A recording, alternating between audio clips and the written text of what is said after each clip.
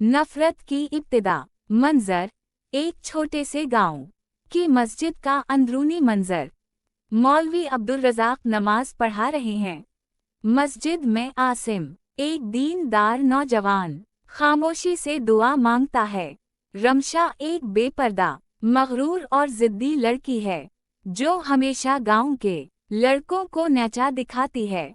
एक दिन वो आसिम को मस्जिद से निकलते देख कर तंजिया अंदाज में कहती है, रमशा, तंजा, ये कैसा मर्द है जो दिन रात मस्जिद में छुपा बैठा रहता है।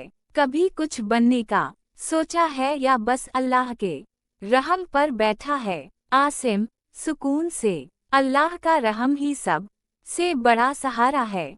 तुम जिसे कमजोरी समझ रही हो वही मेरा गुरूर है। रमशा दिल ही दिल में आसिम से नफरत महसूस करती है, क्योंकि वो वाहिद लड़का है जो इसकी खूबसूरती या गुरूर से मुतासिर नहीं।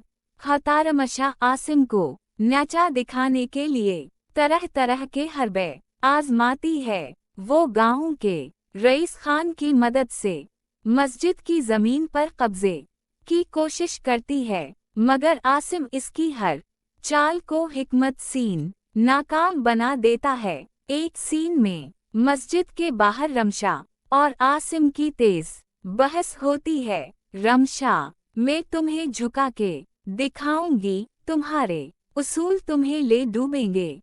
आसिम, जिसे अल्लाह झुकाए इसे कोई उठा नहीं सकता, और जिसे अल्लाह उठाए इसे कोई झुका नहीं सकता। रमशा की नफरत हद से बढ़ने लगती है और वो इंतकाम की आग में जलने लगती है। रमशा का बाप रईस खान के कर्ज तले दबकर मर जाता है। रमशा को गांव वाले तना देते हैं। वो तन्हा हो जाती है और वही लोग जिन पर वो गुरूर करती थी इसे छोड़ देते हैं। एक रात वो मस्जिद के दरवाजे पर बैठकर रोती है। रमशा रोते हुए, या अल्लाह, क्या मैं इतनी बुरी हूँ? मुझे मुआफ कर दे। आसिम उसे देखता है मगर कुछ नहीं कहता। अगले दिन मौलवी अब्दुल रज़ाक इससे बात करते हैं, इसे अल्लाह की तरफ रुजू का रास्ता दिखाते हैं। रमशा पर्दा करना शुरू करती है, दीन सीखने लगती है। वो गांव की बच्चियों को कुरान सिखाने लगती है। अब गांव वाले उसे इज्जत देने लगते हैं। आसिम, जो कभी इस से नफरत करता था, अब इसकी तब्दीली से मुतासिर होने लगता है। मौलवी अब्दुल रज़ाक, आसिम बेटा, कभी कभी वो दिल जो सबसे सख्त हो अल्लाह के नूर से सबसे ज्यादा रोशन हो जाता है। रमशा अब एक बाहिया और बाइखलाक लड़की बन चुकी है। आसिम की माँ उसके रिश्ते की बात लेकर आती है। रमशा शर्म से खामोश रहती है, मगर दिल से राजी होती है। आसिम और रमशा का निकाह मस्जिद में होता है। आसिम, निकाह के बाद तुम्हारी नफरत ने मुझे मजबूत किया और तुम्हारी मोहब्बत ने मुकम्मल। निकाह के बाद दोनों गांव में खिदमत का काम करते हैं।